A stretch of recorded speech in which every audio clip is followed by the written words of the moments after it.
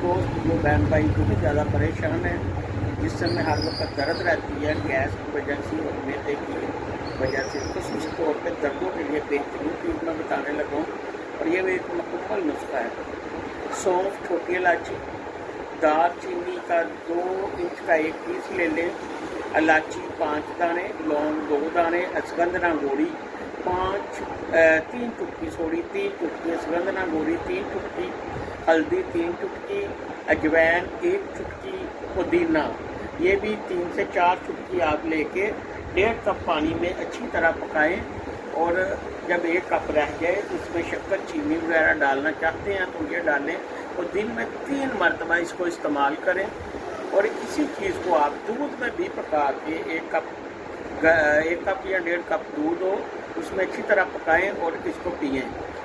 दूध वाला नुस्खा आपने दिन में 1 मरतबा करना है या 2 मरतबा, सुबह और शाम। पानी वाला नुस्खा करेंगे तो 3 टाइम करेंगे और इंशाअल्लाह ताला मुझे दुआएं देंगे।